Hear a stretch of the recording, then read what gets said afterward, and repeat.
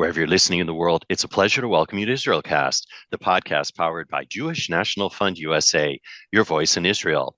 I'm Steven Shalowitz. First, reminding you that for over 120 years, Jewish National Fund USA has been the premier philanthropic movement for the land and people of Israel. While best known for planting trees in Israel, JNF USA contributes to Israeli life in so many ways, including community development in the Negev and the Galilee, preservation of heritage sites, supporting people with disabilities, and connecting high school and college students to Israel. To learn more and to see how you can contribute, do visit jnf.org. Once again, jnf.org. Now, I hope you've marked your calendars because World Water Day 2023 falls on Wednesday, March 22nd.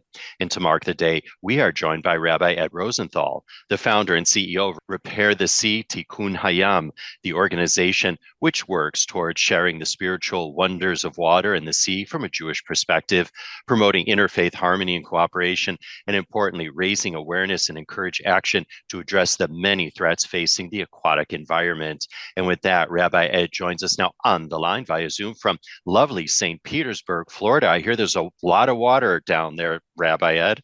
There's definitely a lot of water here, Stephen. Well, welcome to IsraelCast and really helping us to mark World Water Day 2023. I'm so excited to have you on because anytime that I can talk about the environment, especially the seas, is a good day in my book. So we've touched on it before here on the program, but as a reminder for our regular listeners and those who are new to the program, Rabbi Ed, I'd love you to share the Jewish perspective on environmental protection really as a whole before we get on to the seas. Well, as a whole, I mean, we're commanded to be stewards of the planet. I mean, we recognize that the planet was created by God, however you want to understand that, whether through evolution, creation, however it is, we acknowledge and we recognize that the natural world was created by the divine. And the Torah commands us to be stewards of the planet. Now, it depends on how you read the text. Some people say that we're to have dominion, but if you can also read it as to preserve. And so we approach it from the perspective that we have an obligation as Jews to preserve the environment, to preserve the natural world. And there's a famous passage from Kohelet Rabbah, which says that when God completed creation, he took Adam and Eve through the Garden of Eden and showed them all of the wonders and said, "Behold, and how beautiful are all of my wonders that I've given to you. I've given them to you, and take care of them, because if you don't, there's going to be nobody to set it right after you." So we do see our responsibility as Jews to protect the environment. Well said. And let's talk then in particular, Rabbi, about the seas. Well, the interesting thing about water in our tradition, we are terrestrial beings, and the Torah tells us how to live in our environment. It's interesting because in Psalm 95, it says, Asher lo hayam behu asahu, the sea is God's, God formed it. And then later on, it says in Psalm 115, V'ha'aretz natan livnei adam. So the dry land was given to humans. So all of our mitzvot and our association with nature is primarily terrestrially based. And when it comes to the water, we've got this awareness that the sea is God's. And, you can put a human being on a mountaintop, in a forest, a jungle, a desert. You put a human being anywhere, and with the proper skills, that individual will survive. You drop a human being in the middle of the ocean, and they won't, because the sea is not ours. The sea is God's. And so with regard to Judaism, so much of the sea is viewed as metaphor, and water is viewed as metaphor or an agent of transformation or purification.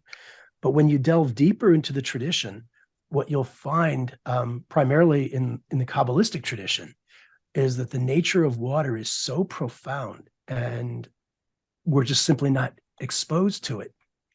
And water plays such a central role in the Jewish narrative, whether it's the Tigris and Euphrates coming together where the Garden of Eden was, whether it's Rebecca at the well, whether it's Moses being put in his basket and then carried down the Nile, the parting of the Red Sea. These are seminal moments in Jewish history, and they're all centered around water. Absolutely. And when you begin to recognize what the Kabbalah teaches with regard to the nature of water, the spiritual nature of water, then you begin to understand why water plays such a pivotal role in these seminal events in our tradition. Right, just fascinating. Now, then moving on just in broader brushstrokes, at its core, why are the seas so important for us and to us and for our lives? It's very simple. Yeah. People talk about, when they talk about the environment, they say they're going green. I always find myself needing to remind people that we actually live on a blue planet. 70% of our planet is covered by water, and that's just the ocean. I mean, there is subterranean water. And water it's so ubiquitous that we take it for granted. If we don't have water, it's very simple. If the ocean dies, we all die. If the climate keeps getting hotter, if the planet gets hotter, humans will adapt. We'll figure it out. But if the ocean dies, we all die, because it is the source of life, but we take it for granted, and we think of it as a horn of plenty that can never be diminished, and it's just simply not the case. Yeah, so as you said, 70% of this planet is blue, is covered in water. And I think it was yesterday or so, I was listening to the BBC World News podcast, and they were talking about efforts at the United Nations to better regulate and control the world seas. And I think they quoted, if I'm not mistaken, that only something like 1 or 2% of the oceans are actually protected. And I'm only wondering 1%, if you can, yes. Is it only 1%? So can you weigh in on that? Because that actually quite surprised me. Yes, only 1%. And just to give you an idea, we're really pillaging the high seas. Overfishing, illegal fishing, underreporting fishing is just wreaking havoc. And it's also destroying the livelihoods of the artisanal fishermen who are feeding their villages in Africa, in Latin America, and in Asia, because these industrial trawlers are just taking absolutely everything. There's no policing of the high seas. The United Nations is currently, and I just heard that yesterday, and it's probably what you heard on the BBC, just yesterday, they have pretty much reached agreement on a new treaty to protect the high seas. I don't know if it's been ratified or not yet. Please God, it will be soon. But the question is not just the creation of the treaty. The big issue is going to be the implementation of the treaty and making sure that all nations observe what it lays out. Yeah, the enforcement. I heard that, and I thought to myself, holy smokes, what took them so long? Again, it's because the ocean is so huge. It defies our imagination. More people have walked on the surface of the moon than have reached the deepest point of the ocean on our own planet. I thought you were going to say more people have walked on the moon than have walked on the ocean. Yeah, I only know of one, and that's just a legend from what Exactly. Well, I think that was the Sea of Galilee, if I'm not mistaken. Something along those lines. I think it's the same person that we're talking about here.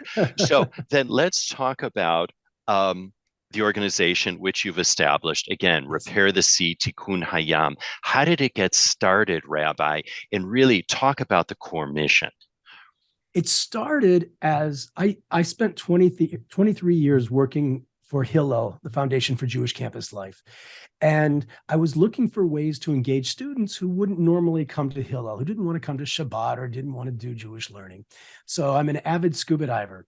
So I thought to myself, I'll try something new, something unique. And so I started a Jewish scuba club at our Hillel, and it was called Scooby Jew.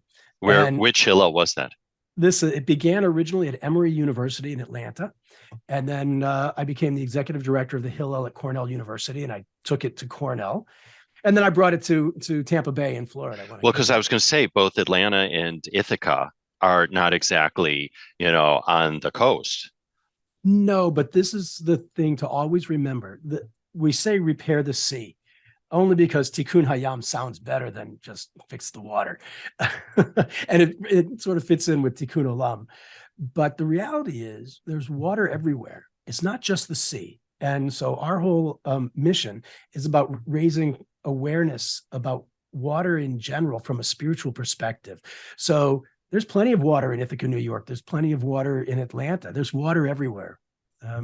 The rhyme of the ancient mariner, water, water everywhere. And not a drop to drink. Yes. So you established this to So I help started this group kids, to simply to engage the students and get them to come. And it started out just as that. But, as a rabbi, I can't do anything without bringing the Jewish component into it. So I really, because the scuba club is the scuba club. This was not a scuba club, a recreational club. It was intended to be a service organization. And so I really presented it from the perspective of what is going on with the water, what's happening to the ocean, what's happening to water everywhere.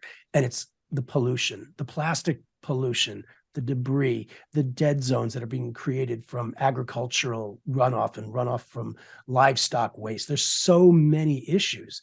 And so we would focus primarily on the mitzvah of Bal Tashchit, which is the prohibition against needless waste and destruction, and present it as, look at what humanity is doing to the water primarily with plastic pollution and ocean debris. We're destroying the ocean and killing the life within it. So we would do things like waterfront cleanups, and people do cleanups all the time. But when you do a cleanup, not as just a nice thing to do to help the environment, but from the perspective and with the consciousness that we're fulfilling a mitzvah, then it takes this ordinary action and raises it to a level of holiness.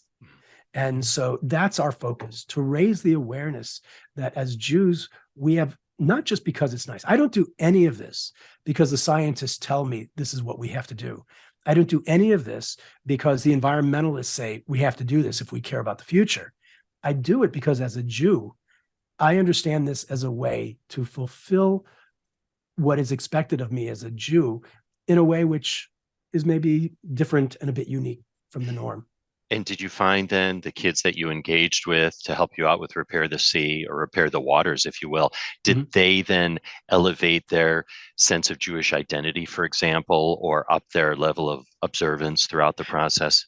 Absolutely, because once I got to know them and do these activities with them, they then started coming to Shabbat dinners. And I like to refer to what I always share with them with what I like to refer to as water Torah. And finding what the Torah says about what we're doing, what our tradition talks about. And every time I do a program, there's always some Torah involved. And so it's really just a question of these young people saying, I had no idea that our tradition addressed this. I had no idea that this thing about which I'm passionate, the environment and the ocean or water, I had no idea how to view it from the perspective of Judaism. And as soon as they see that, they say, wow, it's no longer, you have to go to the synagogue or you have to do this. It's more along the lines of, I get it, and it speaks to me. Yeah, I think that's really beautiful because these values that the Torah teaches us or commands us to observe are so ancient, yet they are also so modern and so relevant for our time today and can be translated. And I think that's the beauty truly of what you're doing. So talk then about some of the programs that you currently have going on right now, because I have a whole list here, but I want you to share them actually. I mean, the first one is Reverse Tashlich 2023. If we can first talk about that one. Sure. I'm leading the witness here, of course. Yeah. The Reverse Tashlich is actually our biggest program. And it started. And first of all, explain what Tashlich is for the uninitiated. Sure. Tashlich is the tradition on Rosh Hashanah, on the Jewish New Year, where we go to a body of water and we symbolically cast off our sins. Some people do it by throwing bread into the water, and I tell people, don't use bread. It's not good for the fish or the birds. Use pebbles or shells. And what a great idea. Yeah, because never heard of that before. Well, it's not good for the fish or the birds. It's not, bread is really not their diet. So we go and sort of like use the shells or the rocks to symbolically represent the negativity in our lives and to get rid of it so that we can start the new year with a clean heart and with a fresh slate, you might say. So I was teaching back in 2016, I was teaching some of my Scooby Jew students at Eckerd College in St. Petersburg about Tashlich. And one of the students said to me, Rabbi, there's already more than enough human sin in the water. Why don't we take some of it out instead? And I said, wow, that's a great idea. I said, why don't we do a reverse tashlich? So we ended up, I had 5 students. That's a smart kid. He was a great kid. So as part of our Rosh Hashanah observance, in preparation, we did it before Rosh Hashanah, but in preparation for our high holiday observance, we did a tashlich because Eckerd College is on the waterfront in Tampa Bay. It's a beautiful campus. Mm-hmm. And we did tashlich, and then we did a reverse tashlich, and we cleaned so much debris from the mangrove and from the beach on campus. And it was a fantastic program. The following year, we had 10 students. And then the following year, we reached out to all of the synagogues in the Tampa Bay area. And I was amazed at the response. They all wanted to be a part of it. And so long story short, since that time, 6 years later, we actually skipped a year because of COVID. 6 years later, it's gone viral. And this year, we had 245 communities registered to participate in 12 countries on 6 continents. And over 3,000 people came out and went to waterfront locations where they lived and removed marine debris, but not just as a cleanup, as part of their observance of the Yamim Noraim, the Jewish high holidays. And it took an ordinary cleanup event and made it holy. And that's what we're trying to do. I love that. Are you doing one here in New York, by the way, this year? Oh, they're all over the place. If people go to our website, www.repairthesea.org, they can, under programs, they can actually register their communities for the 2023 Reverse Tashlich, which is scheduled for October 10th. I love that. And once people register, we actually send them educational materials about the mitzvah of Bal Tashchit, and we also teach them about Tsar Baalei Chayim, because the debris. Explain what that is for our listeners. Tsar Baalei Chayim is the prohibition against causing pain to animals. And we forget about marine animals because out of sight, out of mind. But all of this debris is killing sea turtles and dolphins and whales and fish and seabirds. And so by removing it, we're contributing to the fulfillment of Tsar Baalei Chayim. So we send out information to those who participate about Tsar Baalei Chayim, about Bal Tashchit, and we also send them information about the many threats that are facing the marine environment. So we work our way up towards the reverse tashlich by sending out regular emails. I love that. As everybody knows, JNF is well known for its tree planting in Israel, and we want everybody to continue doing that. Yet you have a program where people can plant a coral in Israel. And I want to get onto Israel's waters in a sec, but talk about that, because that was a new one for me. Well, I admit it. I stole the idea from JNF because I planted so many trees in my lifetime. And you're going to continue doing so, right? I will absolutely continue planting trees. Thank you, JNF. But people don't realize that coral is one of the most threatened species, animal species on the planet.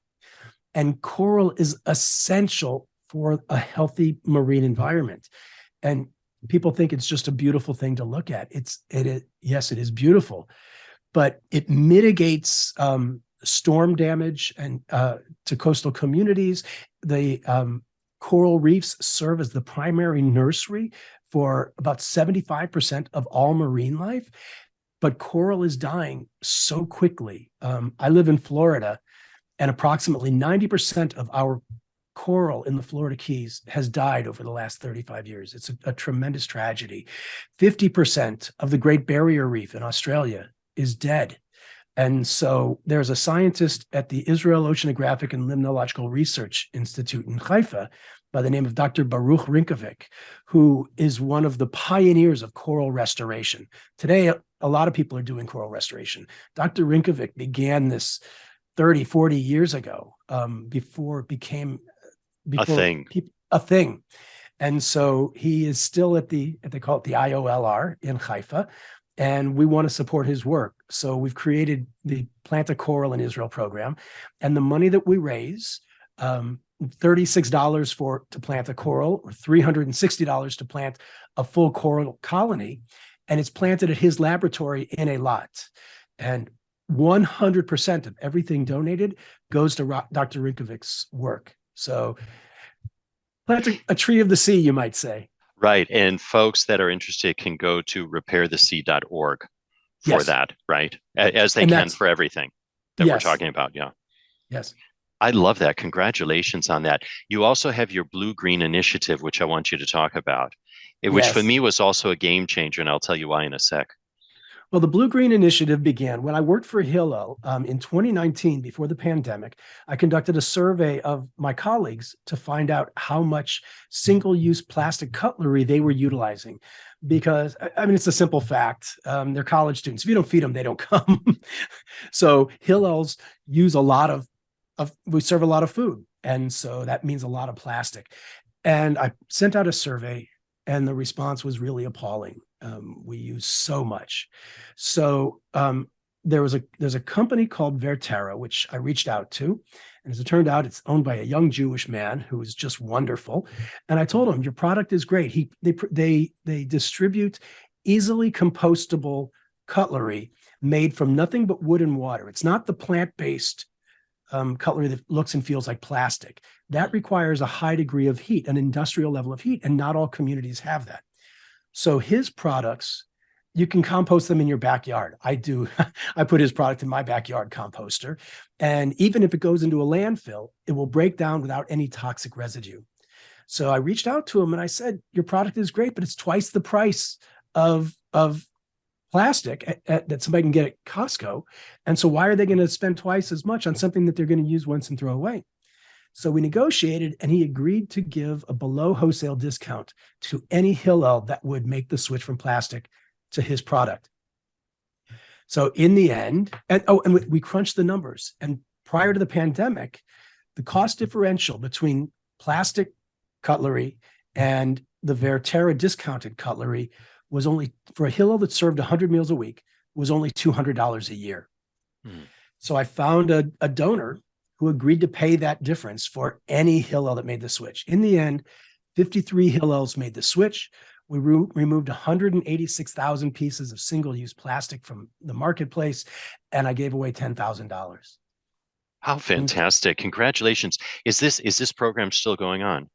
Well, the pandemic hit and then everybody stopped serving food. But now that they're coming back, I went back to Verterra and I said, this is great for Hillels, but why just Hillels? And he's agreed to extend that discount to any Jewish institutions, synagogues, day schools, federations, camps, anybody, any Jewish institution can make that switch. The difference is, since the pandemic and the supply chain debacle, the cost differential, if they serve 100 meals a week, is about $450 a year now, as opposed to $200, which still isn't outrageous, but the impact that it will have on the environment is profound. But then he agreed to extend that discount. I went back to him and I said, this is great, but why just the Jews? I said, what if we could get the entire faith-based community in North America to stop using single-use plastics? Imagine the impact that we could have if every synagogue, every church, every mosque, every temple. And this guy is such a mensch. He said, it's a great idea. And I don't know if I can give a shout out to him. His Please name do. is Michael Dwork at Verterra Products. He is just amazing. And I want to encourage everybody, Jewish and non-Jewish, if you work for an organization that serves food and it's a 501c3 faith-based organization, get rid of the plastic. And all they have to do is go to repairtheseed.org, and there's a page with all of the products, and they can place orders directly from there. I love this. I mean, that is making such an important impact. And when I first saw that, I thought to myself, I really need to do a better job myself at Pesach. And I'll tell you why, because I do use disposable everything at Pesach. And I thought to myself, I really need to get something like what he's doing, even if it costs a little bit more, just to make sure that I'm helping the environment, because I definitely know, what I'm throwing away. So there you go. Congratulations on that. Thank you. Well, this is the thing also, that our programs, compostable cutlery is about the lowest hanging fruit you can find in this world of environmental awareness. We can talk about carbon emissions, and those who are working to eliminate or to reduce carbon emissions, kol hakavod, they're doing great work. But what we're trying to do is to get really the lowest level that everybody can get involved in. And that it isn't going to cost $100,000 to put solar panels on your synagogue. This is something for $450 a year. I don't see any reason why a Jewish institution, Christian, Muslim, Buddhist, Hindu, Sikh, Baha'i, for $450 a year, why would they not do it? And they're walking the walk and talking the talk, aren't they? Exactly. And just like the plant of coral in Israel, we don't make a penny off of this. I mean, we want to keep the barriers to entry as low as possible. The price that is advertised is the price that Verterra is giving us. We don't make a penny. Our goal is not to make money. Our goal is to make a difference. And again, folks can go to repairthesea.org, and the link is right up there. Before we move on to what's going on water-wise in Israel, is there any other program in particular, Rabbi Ed, that you want to just highlight for us? I know we've already talked about a bunch, but go ahead. The floor is yours. Sure. We have our recycled Judaica line of Judaic products. So we started out, one of our students, when I was still with Hillel. You mean the mezuzahs that stuck in boxes? Yes. Oh yes, please talk about that. Yes. So we've created a line of Judaica made from recycled water bottles, and so we have mezuzot and a Kiddush cup and a yad to read from the Sefer Torah, and our newest addition is a tzedakah box, and they're all made from recycled water bottles that are turned into 3D printer filament. And then with that recycled filament, we create the products. And they're beautiful. They're very striking. They really are. They come out as a beautiful blue because, well, here, I don't know if you can see this one, but we can see it. Yes. Yeah. That's the mezuzah, right? That's the mezuzah. Yes. And they've got this beautiful water surface of water texture. And of course, we've got a yad. I was going to say, and for our podcast listeners that can't see this, go on to repairthesea.org and they can see all of these things, but show the yad again for those that are watching this via YouTube. Wow, that's beautiful. I love the shape of that. Yeah, and it's even got a chain made from plastic. Oh wow, yeah. That's stunning, actually. And it's really interesting. That chain looks like a necklace on a wrapper or something. Yeah, it does. That's a heavy chain, it. And so I'm sorry, carry on. Well, there's a rabbi who told me who has one for his synagogue in Miami. And he said that on Shabbos morning, when they have their bar mitzvahs and people come as guests, when they open the Aron Kodesh, he said that he hears a noticeable gasp when people see a blue yad because they're expecting just a silver. And he has to explain that in Miami, sea level rise and the ocean are serious issues. And the blue yad makes the statement that his congregation is concerned about the ocean and about the threats that are facing the marine environment. It's so striking. It's luminescent. And it's just really like the sea. And I think that's the effect that you're going for. Exactly. Well, you've definitely succeeded there. I'm just wondering, again, really before we move on to Israel's success story, or Israel's water story, which is a success, by the way, your greatest success, what are you most proud of with Repair the Sea? Oh, with Repair the Sea? Yeah. Oh, I thought my greatest success is my wife and kids. Okay. Well, I can't really take credit for that. That's my wife. We're going to get to your backstory in just a sec. But in terms of Repair the Sea. With regard to Repair the Sea, I think from my perspective, the greatest success, and I believe the greatest success is still yet to come, because what we're seeing is that there's a hunger and people are recognizing it. And the greatest success is that we've taken this aspect of our tradition that, if I can say it, I'm not aware of anybody else approaching the marine environment from a Jewish perspective. There are marine environmental organizations in Israel, but they're approaching it from the perspective of science and conservation. And there are Jewish environmental organizations, but they're primarily focusing on terrestrial issues or climate change. I think the biggest success is that we're bringing this awareness to the broader Jewish community, and the success is that people are responding to it. They recognize it.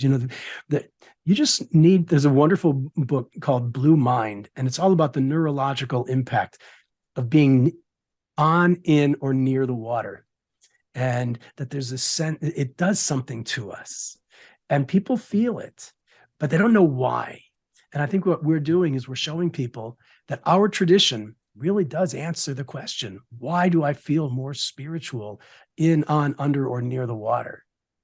And so that to me is the biggest success to raising this level of consciousness. And for people to help you along this route, share how people can get involved and where they should go. They should go to repairthesea.org, and you can, at the bottom of the homepage, you can join our community, and it says, what are you interested in? Are you a scuba diver? Are you a sailor? Are you a boater? Are you a surfer, a swimmer? Anybody who loves to be, and even a sympathetic landlubber, they can join. And then once they sign up, we have a weekly newsletter, and they can join the community. And once they join the community online, we have groups based on interests and areas, and even geography. Where do you live? Are you in New York? Are you in Los Angeles, Seattle, or Tampa Bay? And we will work with people in your local area for programs.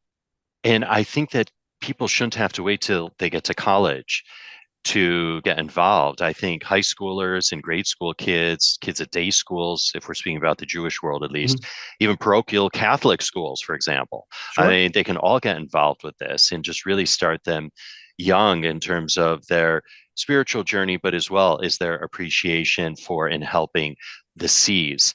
So we've talked a lot about water over the last 6 years that we've been doing the IsraelCast podcast.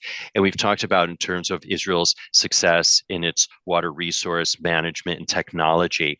Can you talk a bit about the seas, though, the Mediterranean, the Red Sea, and talk about how they're faring right now and any challenges that you would like to identify and that you think need to be addressed with both of those bodies of water? Sure. I mean, the Dead Sea, I think everybody recognizes that it's an ecological disaster. Yeah. And unfortunately, it doesn't seem that a solution is being found. I mean, there's been talk about the Med Dead Canal and then the Red Dead Canal, but it hasn't been happening.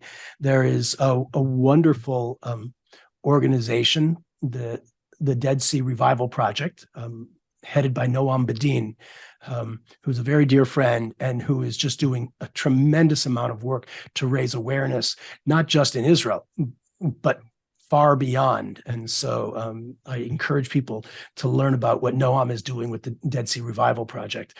The Mediterranean, it's polluted, it's overfished, it's in terrible condition. But then you've got people in Israel like Eco Ocean and Salul and Anshe Hayam Hatichon, who are doing tremendous work, and Clean Beach in Bat Yam. And there are a lot of people in Israel who are really working to raise awareness about what can be done to help the Mediterranean. I mean, you have people like Elon Tal in Israel who are doing so much to raise this awareness. But the challenges that we're facing in Israel, with regard to the Mediterranean, it's not all Israel. I mean, all of the nations along the Mediterranean. In fact, Israel's probably doing some of the best work there is. But overfishing and what's happening with the bluefin tuna in the Mediterranean is just a heartbreaking disaster. This is one of the most magnificent creatures on the planet. It's a perfect being, and it's being fished to near extinction because people enjoy sushi. And it's not just because they enjoy it. There have been bluefin tuna that have sold in Japan for over $1 million. It's what Paul Watson refers to as the economy of extinction. The fewer of these there are, the higher the prices. And it's just a tragedy what's happening. And there was the huge oil spill a few years ago that washed up on the beaches. Eco Ocean did a tremendous job of, because the government wasn't prepared for it, but Eco Ocean got out and mobilized thousands of people to go and taught them how to properly remove oil from the beaches. And so in that regard, they're doing tremendous work. There's great work happening. And the Red Sea is spectacular, but there's still, I mean, there's a lot of degradation of the coral, which is taking place up near Eilat. And it's all about raising consciousness and awareness there, because it's a tourist destination and people are there to have fun. And when you're in the water, you're having fun in the water. They're not looking where they're stepping and they're breaking coral. People don't realize it takes coral hundreds of years to grow a couple inches. And there are corals in the Red Sea that are tens of thousands of years old and have to be protected. So it's all about raising awareness. Well, thanks for sharing that. Are there resources, documentaries, etc., that you could recommend, suggest for our listeners so that they can just learn more, not necessarily about Israel, but just about the protection and for the protection of the seas? There are a lot of them. You can, I mean, Seaspiracy is On Netflix. Probably yes, on Netflix. It's probably the most popular. There are a few things that are questionable, but I think generally he really hit the nail on the head. Shark Water is another one. And another one which is out is really the story of Paul Watson, who I am a tremendous fan of. And it's called Watson. Paul Watson is an environmentalist, a marine environmentalist who is unafraid. He's the one he was one of the founders of Greenpeace, and he left Greenpeace because he felt that they were too passive. He's the one who, back in the 70s, got on the ice in Canada and got between the whaler or the hunters who were bludgeoning the baby seals. He's the one he was beaten. He was the one who got in between them. He's the one who put himself, when he left Greenpeace, he started the organization Sea Shepherd.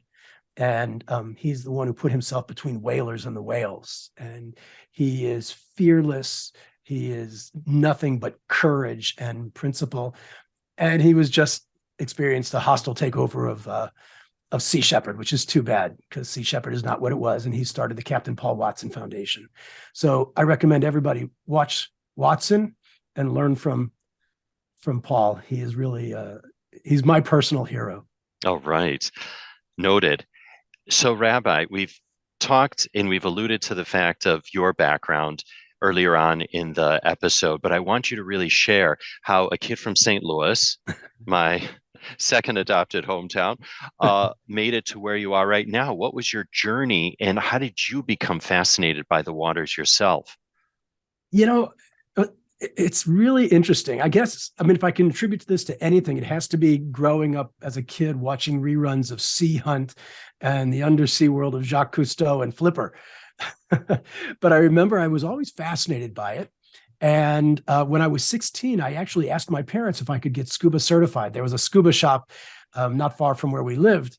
And my mother, she should rest in peace, who was a saint, said, she told me in her inimicable Jewish motherly way, she said, if God meant for people to be underwater, he would have given us gills. So the answer was no.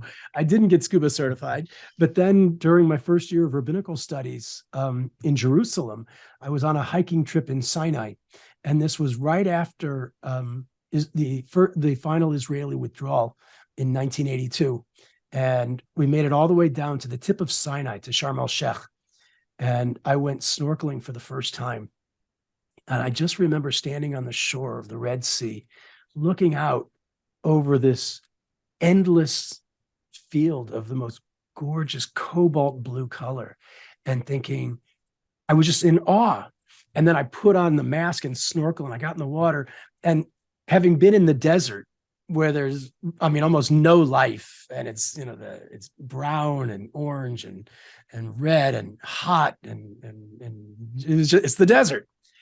I put my face in the water, and like that, I was bombarded with so much life. I mean, thousands of fish of every colors that I could never even have imagined. And not just colors, but colors that shimmered in the light. And I was just overwhelmed. And at that moment, I felt like I heard the sirens calling me to go deeper. And so I went down, and like a kid from the Midwest who'd never had a snorkel in his mouth, I like got this mouthful of salt water and came up sputtering and coughing, but I was hooked. And it's like Jacques Cousteau said, the sea, once it casts its spell on you, holds you in its net of wonders forever. And I was hooked. That was it. Beautiful. So I went back to finish my rabbinical studies in Cincinnati and went and got my scuba certification. And I got certified in a quarry in Hanover, Indiana. So going from the Red Sea to a quarry, but you know what? It didn't matter. It was just the sensation of being underwater. And it's that sensation. For me, it's not about what I see. It's about what I feel underwater. And is your wife and are your kids also into the water? My son is also a scuba diver. My wife is not, unfortunately, but she's amazing. So that's okay. All right. She makes up for it, I'm sure, in other ways. She makes up for it in so many other ways. But my son is a diver. And I have to say that as a family activity, it's the greatest. In fact, that's one of the reasons why I started Scooby Jew in the first place, because yes, to engage students, but, and I'm totally transparent in this, scuba diving to me is one of the most bonding experiences you can have, because you're underwater and your life is literally in your buddy's hands. And it creates a bond of trust that transcends anything that an average college student or an average person does. I mean, other than soldiers going to war. Because if, God forbid, anything happens, you rely on your buddy to save you, and vice versa. Plus, at the same time, you're seeing wonders that are just mind-boggling. So, but you can't talk. So you get to the surface, it's like, oh my God, did you see that? And so I made it. Like I said, I'm totally transparent. I wanted nice Jewish boys to be buddied up with nice Jewish girls, or nice Jewish boys with nice Jewish boys and girls. I don't care. I just want to get the Jews to bond together, and that's part of it. Yeah, it's a shared experience, isn't it? It's a total shared experience, and it's a shared experience. Like I said, that bonds them because of the life connection that creates. That's the beautiful. Trust you place in your buddy. And you don't eat fish? No, I don't. Since? I've been a vegetarian for 36 years, and I would eat a cow today before I would eat a fish. Really? Yes. I don't eat the cows, but and as much as and I'm not a vegetarian because I like animals. They're very nice. I like them. They're cute and cuddly, but that's not the reason I'm a vegetarian. I'm a vegetarian because of my understanding of kashrut. To me, I understand that this is the ultimate form of kashrut. That having been said, the livestock which are raised in the world today are raised for the purpose of feeding people. And if they were left to their natural reproductive rates, there would be far fewer. I mean, there are billions, hundreds of billions of cows, chickens, turkeys, and geese, unnaturally so, because they are bred to be slaughtered. And so it's a controlled industry with a lot of problems, but that's a whole nother story. The fish that are fishing is not. I mean, as we were discussing earlier about the United Nations Treaty for the High Seas, industrial trawlers are pillaging the ocean, because unlike a farmer who plants his field or his or her field and knows what their crop is going to be, unlike the farmer who raises his or her cattle and knows how many head they're going to have, they know how many they're going to have tomorrow. These industrial trawlers, there are no borders. Schools of fish just travel. And so they take everything because they don't know where it's going to be tomorrow. And that in itself, I understand that it's a violation of the mitzvah of Shiluach HaKan, the mitzvah which says you're supposed to shoo a mother bird away before you take her young. When you delve into the commentaries, the rabbis teach us, because this is one of those mysterious mitzvot of the Torah, because why do you shoo the mother bird away? If she's sitting on a nest and you're going to take the eggs have already been fertilized. You can't eat them because there's blood in them. And if you shoo her away in order to take the fledglings, you can't eat them either because you can't shech them. So what's the purpose of this mitzvah? and the rabbis teach us. There are primarily two. One is to teach us compassion, that a mother bird shouldn't see this. Another is we're not supposed to do anything which could lead to the extinction of a species. And the practices of industrial fishing today violate that 100%, because not only do they take the mothers and the babies, I mean, they take entire schools of fish, everything. And when they pull them up, I mean, Tsar Balei Chaim, prohibition against causing pain to animals. If you could see what takes place on these trawlers, they're bringing up deep sea fish, and you can see when they're on the deck, their eyes are bursting, their air bladders are exploding, and they're treated. I mean, millions of fish at one time on top of each other, crushing each other. This is, to eat fish today violates so many mitzvot. And I won't do it. And where do you come down, Rabbi, on factory farm fish? You know, you have those, I saw Seaspiracy, by the way, and they talked about it in there. And those places were absolutely dreadful. So I'm just wondering your thoughts. I find, well, as far as pollution goes, they're terrible. And which most people don't realize. Exactly. That's why they need to see that documentary. Yes, they should definitely see Seaspiracy. The pollution that they produce is terrible. And many of them are in conditions that promote disease. And so many of these farm fish are diseased. And when we eat them, when people eat them, I'm not going to touch it. You know, they're putting themselves at risk. And the mitzvah of pikuach nefesh, to save a life. There's also the concept of safek sakanat nafashot. You don't do anything that potentially endangers life. When we're eating diseased fish, you're endangering your health. So all of that is, I wouldn't risk it myself. And also, fish that are in the sea are eating these pieces of plastic. And I want you to address that too, because that's also a health issue.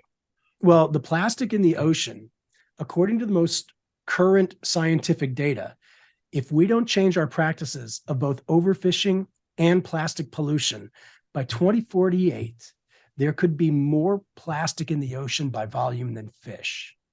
And plastic doesn't go away. It doesn't biodegrade. So it simply breaks down into smaller and smaller pieces until it becomes what are referred to as microplastic. Microplastic in the ocean is consumed by the fish. And it's a term, the term which refers to this is called bioaccumulation. Little fish eat the plastic, and then bigger fish eat the little fish, and then bigger fish, and so on and so forth, until it goes up the food chain and it ends up on people's dinner plates. Well, the plastic is absorbed, and the toxic chemicals of the plastic are absorbed into the tissue of the fish. And the bioaccumulation is such that the bigger the fish is that eats the little fish, the toxins from the plastic just accumulate in the tissue. So, and then we consume it, and it gets into our bodies. So again, to me, eating fish is safek sakanat nefashot, and you shouldn't do it.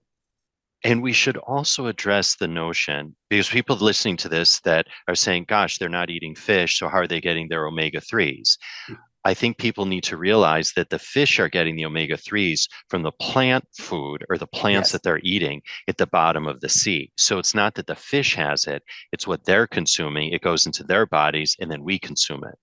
Sure. Yeah. And we can get omega-3 by eating, it's referred to as sea vegetables, but I was recently told that they're not vegetables, they're algae. So like seaweed.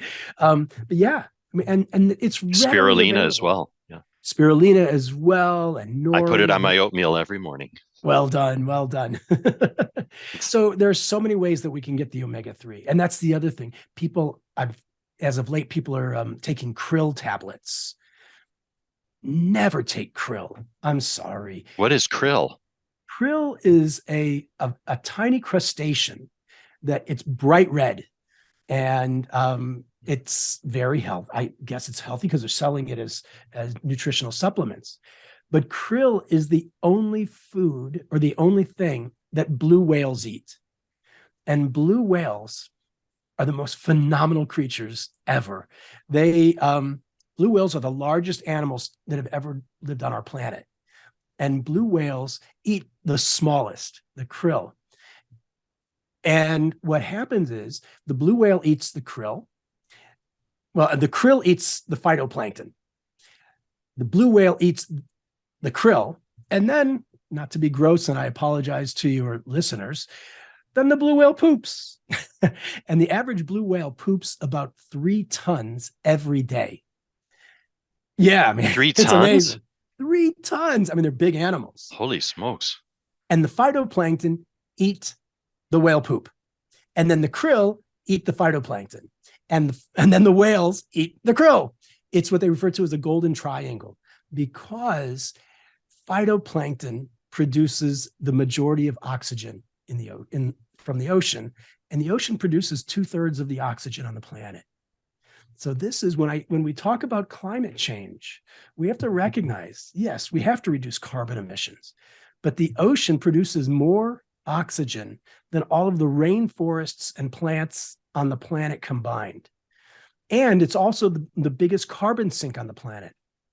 And that golden triangle of blue whales, krill, and phytoplankton are essential. But the blue whale population is only 10% of what it was before the era of industrial whaling or commercial whaling. So imagine what the climate would be if we actually had healthy whale populations. Imagine what the climate would be if the marine environment was actually intact and healthy. Unfortunately, it's not. And that's why we need Repair the Sea to spread that message. Indeed. This is absolutely fascinating.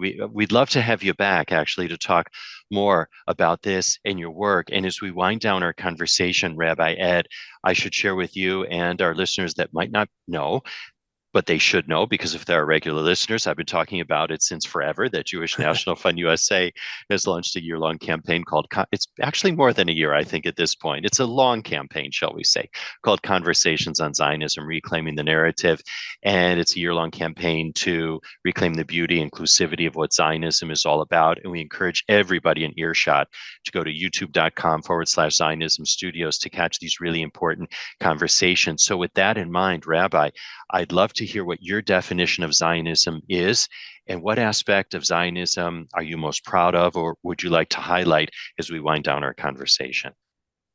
I am an ardent Zionist, and I define Zionism as pretty much the accepted definition, which is the right of the Jewish people to self-governance in our ancestral homeland, and Israel as a democratic and Jewish state. And what am I most proud of? I am most proud of the fact that this people of ours has reestablished our sovereignty in our homeland after 2,000 years of being stateless. And to see what that country has done in just 75 short years, and the contributions, I mean, forget what it's done internally, which has been phenomenal, but the contributions that this little country, so far disproportionate to the rest of the planet, has done for the betterment of humankind and for the planet as a whole, not just for humans. That's what I'm proud of. All right. Well, on that note, we're going to leave it right there. Rabbi Ed Rosenthal, this has been such an absolute pleasure. Thank you so much for joining us here on IsraelCast. You know, one of the reasons why I love doing this show is really to highlight organizations and people that are doing just phenomenal work, God's work, and they're just so passionate about what they do. So I know that this episode absolutely delivered on all of that. So really, thank you so much for joining us. We'd love to have you back. Well, thanks for having me, Stephen. I've really enjoyed being with you. All right. Well, we'll have info about Rabbi Ed and Repair the Sea on the show notes page of this episode on our website, jnf.org/IsraelCast. As we were just talking about, we want you to check out those Conversations on Zionism, Reclaiming the Narrative works. They can be found at youtube.com/. Zionism Studios. I have learned an absolute ton from them, and I know you will as well. And if you've tuned in, it's always a good idea to listen a second time because you might catch some nuggets you might have missed the first time. At least that's why I listen to things more than once or 12 times. Now, I just want to let you know that we do release new episodes of the show every other Wednesday. And just so you never miss an episode, subscribe to us wherever you get your podcast. Simply search for IsraelCast. It's so easy. And don't forget to rate and review us because that really helps us with our rankings, which in turn makes it easier for more people around the world to find us and to hear from phenomenal people like Rabbi Ed. Or you can always enjoy the show by visiting us at our website. I hope you got it by now. I've said it so many times throughout the years. It's jnf.org/IsraelCast. And as I always say, it takes a homo shop to put IsraelCast together. For that, we thank Vivian Grossman, Dara Shapiro, J.D. Krebs, and Ellie Kodrin. Our editors are Jay Rothman and James Casada from Mirtone Studios right here in the very heart of New York City. And the music that you hear at the top until the program is titled My Eden. It's by the very talented Rafi Malkiel from his album Water. How do you like that, Rabbi Ed? It's called Water on the tzaddik label. We didn't do it just specially for you. We've had that music since the very beginning, but nevertheless, it does tie in with this episode. It is by Rafi Malkiel from his album Water, once again on the tzaddik label. IsraelCast is powered by Jewish National Fund USA, your voice in Israel. For more info about JNF USA, do visit jnf.org. And if you'd like to write to us with story ideas or just to say howdy, I know I'd love to hear from you. So do email me or anyone else on the team here at IsraelCast@jnf.org. Meantime, I'm Steven Shalowitz. Thanking you for tuning in and looking forward to having you join us on future episodes of IsraelCast.